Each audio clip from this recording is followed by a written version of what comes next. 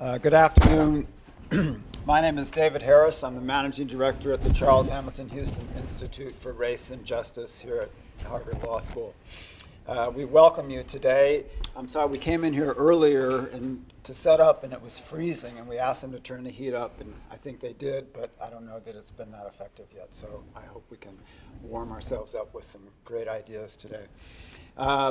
I'm really pleased today to be able to present this program, and I'm pleased to do this with my partner in crime, Harvard Law School professor Michael Stein, who is really a kind of critical mover in making this happen. And if this is on, I want to turn this over to Michael to make the introduction. With no further ado, Michael.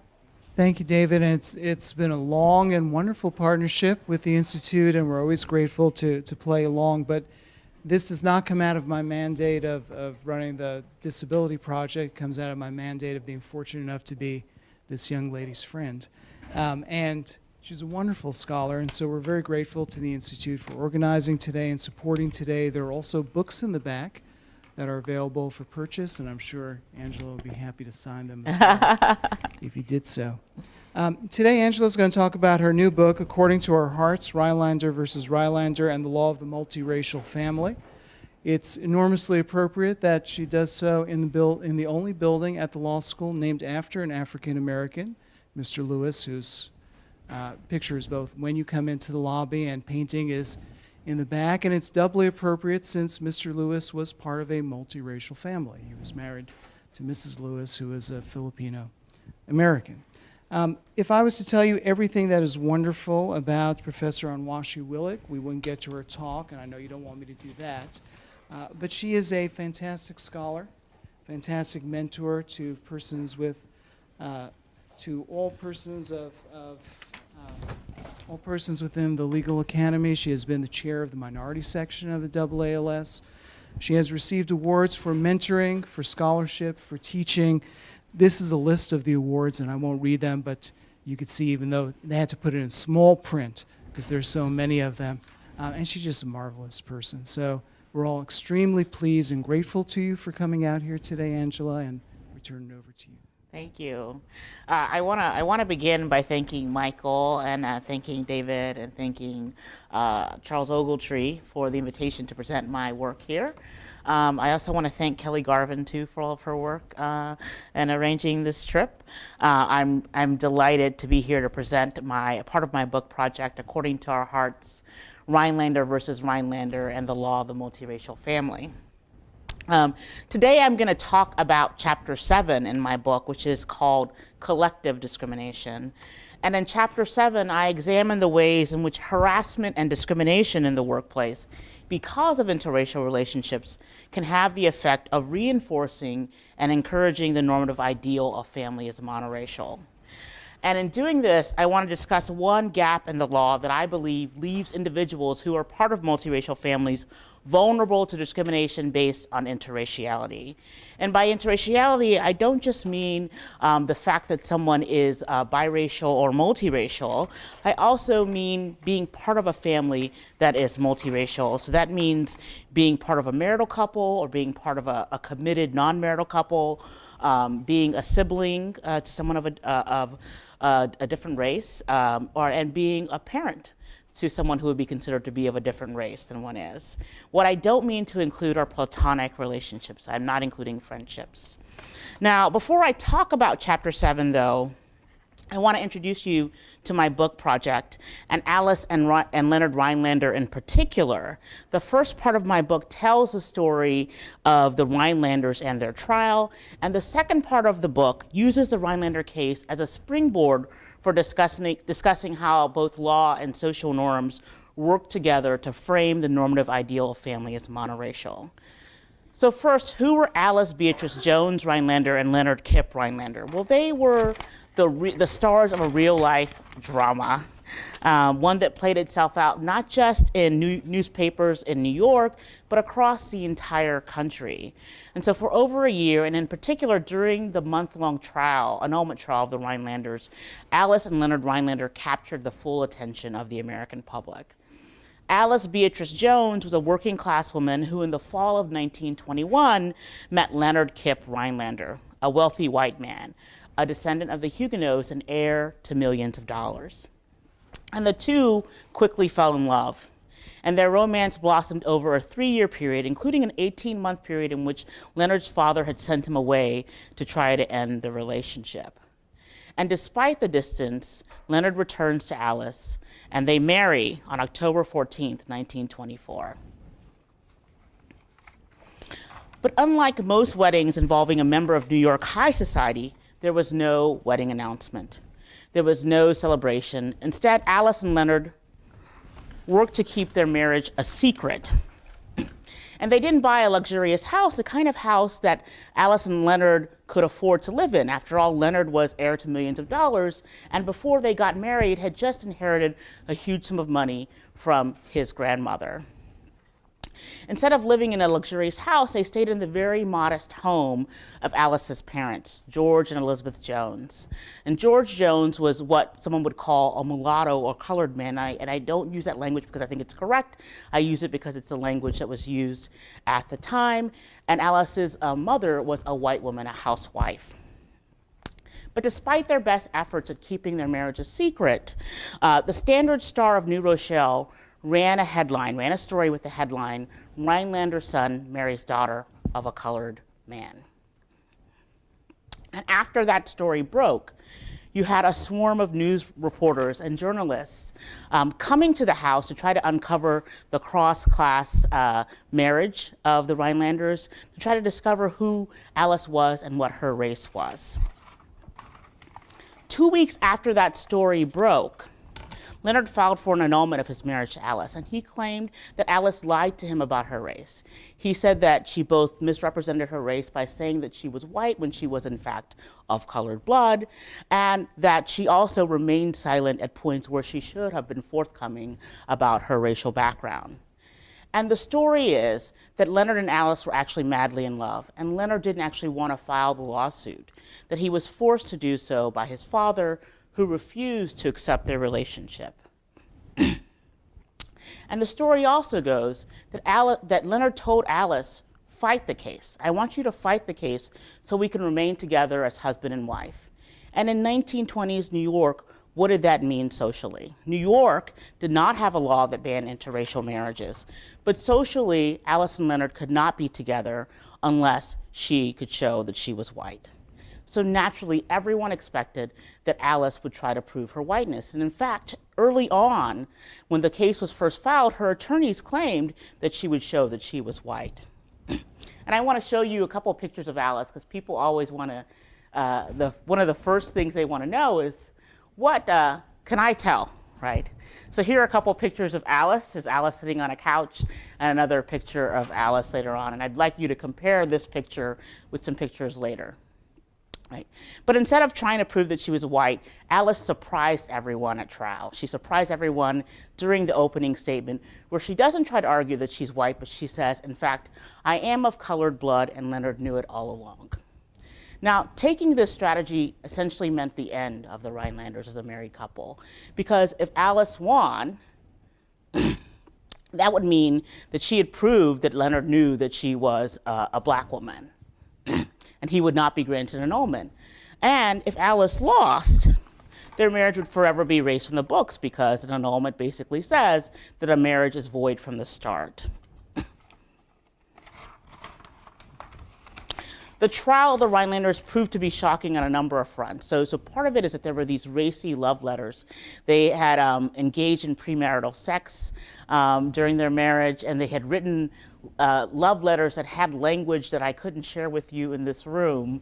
And then the other part of it is that there was testimony from people like Al Jolson, and then there was also a very, very shocking scene during the trial where Alice is forced to exhibit her breast, her legs, and her arms to the jury. It's an all-white, all-married, all-male jury. Here's another picture of Alice with her mother. You can see Alice next to her mother. But also here's a cosmograph of the photo in which she has to reveal herself to the jury. The judge at the trial didn't allow people in obviously for obvious reasons during this part of the trial. But there was an editor of the New York Evening Graphic who decided that he wanted to present this image in his paper. And so he had a chorus girl pose for the picture, and he had someone to take this drawing, and they published it in their newspaper. And during the trial transcript, it talks about how Alice wept.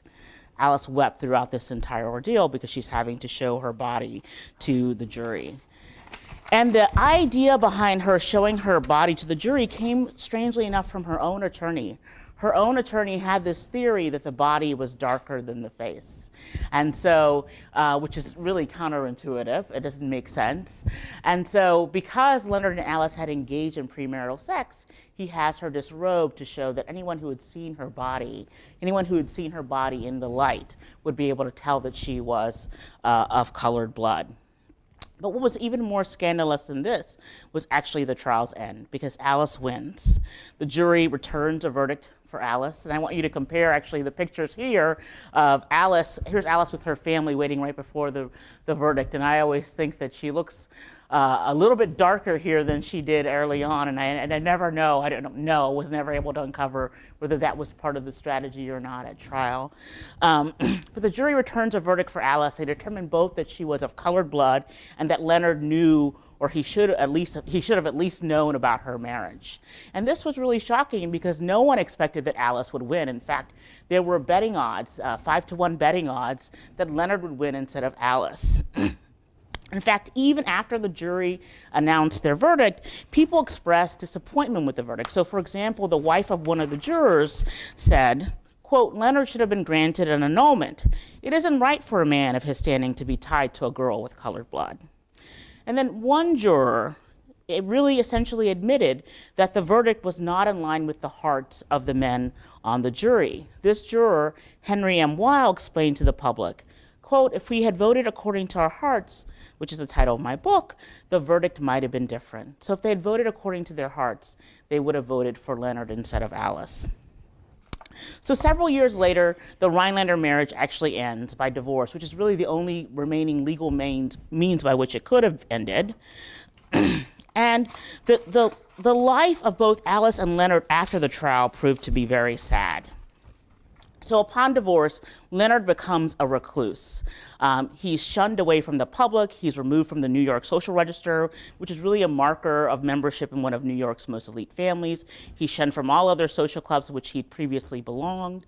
In addition to social exclusion, he was also excluded from his family. His family disowns him for a period until he's able to get a divorce. He's not able to work in the family business, the real estate empire that they've built. He's not able to participate in life with his family afterwards. I'll show you this. Here's a picture of Leonard working on one of his cottages in Nevada while he's being sort of shunned by his family. He's in fact not able to return to the fold of the Rhinelander family until he's able to cast off his wife, as one person said. As one work colleague said about him in his obituary, he spent the rest of his life trying to overcome his mistake, the mistake of marrying a colored woman. So in the end, Leonard never recaptured the life that he had before Alice, and he certainly never captured the life that he had with Alice. He died at the young age of 34, and in fact, he never fell in love again. He never married again. Alice ends up living for a very, very long period of time. She lives until she's about 90 years old.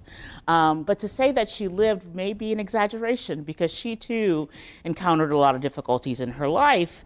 And in fact, Alice ends up living the rest of her life primarily on the settlement that she got as a result of the divorce, including an annual annuity that she got from the family, which they really contested after he died, and they didn't want to pay, and she is finally able to win so that she can continue to get that money. And she's surrounded by her family, she's surrounded by her sisters and her sisters' children, but she too never falls in love again. She never remarries again. So again, she lives until she's 90 years old. And in 1989, when she passed away, she left us with one last reminder of just how she really died more than 60 years earlier in 1925. She buried herself with a headstone that read Alice J. Rhinelander, right? So she leaves us with this sense that she's been pining for her one true love her entire life. So for me, the Rhinelander story represents a lot of different kinds of stories. On the one hand, it's a sad love story, the story of two lovers who were torn apart by racism and prejudice and classism. And on the other hand, it's a racial victory because no one expected Alice would win. Remember again that one juror said if we'd voted according to our hearts, the verdict might have been different. And although it occurred almost a century ago, there's still many important lessons to take from the case. And in fact, lessons about struggles that can occur in defining one's own racial identity, especially for multiracial individuals like Alice. And also about how law and society function together to frame the normative ideal of family as monoracial. And one issue that I focus on in Chapter 7 is the way in which transgressors of this ideal of family are punished, and the invisibility or failure of courts to acknowledge the basic assumptions about coupling that disadvantage persons who are part of multiracial families in the workplace. This is, I don't mean to say the law has been completely ineffective, right? So initially, courts wouldn't even look at cases where someone alleged they were discriminated against because their partner was someone of another race. Courts would say, well, that's not discrimination because of your race, it's discrimination because of the race of your partner. And now most courts reject that. All courts essentially reject that rationale. All courts that have addressed this issue essentially reject that rationale, and they say, of course, it's discrimination on the basis of your race. Because if your race matched that of your partner, you would not be being mistreated. And so that kind of line of reason has been really effective at addressing some kinds of discrimination against multiracial families in the workplace. But that doesn't mean that there haven't been gaps. And one gap that I like to talk about is the way in which courts have failed to remedy the less obvious harm that can come with jobs where the collective, meaning a partnered couple, unofficially plays a role in the performance of job duties. In these cases, the harm is not just that someone is discriminated against or harassed because someone finds out that they're part of a multiracial family, and it's not just that someone fails to come out as someone who's part of a multiracial family. The harm is actually much more severe, I would argue, because here, although the person's job doesn't include this as part of the job description, although it's not a formal requirement that the person have a spouse in the job description, the expectation by the employer is that if there is a spouse, that person will play a vital role in the performance of job duties. And I argue that the very existence of these unwritten rules about many high-powered jobs, along with general prejudice against interracial couples and same-sex couples, not only works to frame the normative ideal of family as both monoracial and heterosexual, but also works to discourage those who aspire to certain successes from engaging in these relationships. Right, so let's take a really popular example. Consider, for example, the most prestigious job on the planet, right? The job of being President of the United States. Now, there's nothing in the official description of being President of the United States that says that someone has to have a partner. If we look at it, quote, no person except a natural-born citizen or a citizen of the United States at the time of the adoption of the Constitution shall be eligible to the office of President. Neither shall any person be eligible to that office who shall not have attained to the age of 35 and been 14 years a resident within the United States, right? So there's nothing there that suggests that someone have a partner. And yet, we would find it odd if we had a president who was not married. In fact, there's an entire movie called The American President, starring Michael Douglas, which revolves around the oddity of having this single and dating president. James Buchanan was our only bachelor president, and many people speculate that he was also our first gay president. So in many ways, a presidential hopeful's most crucial running mate is not the vice president, but instead the first lady. And to understand the potentially harmful consequences of discrimination based on raciality or based on prejudice against those who are part of multiracial families, consider this question. Ask yourself whether our current president, Barack Obama, the first black president of the United States, would have won the election had Michelle Obama been white instead of black. And I'll even provide you with a visual. So imagine that Obama was married to Jill Biden instead of Michelle Obama. How many people, does anyone think that he would have won the election in 2008?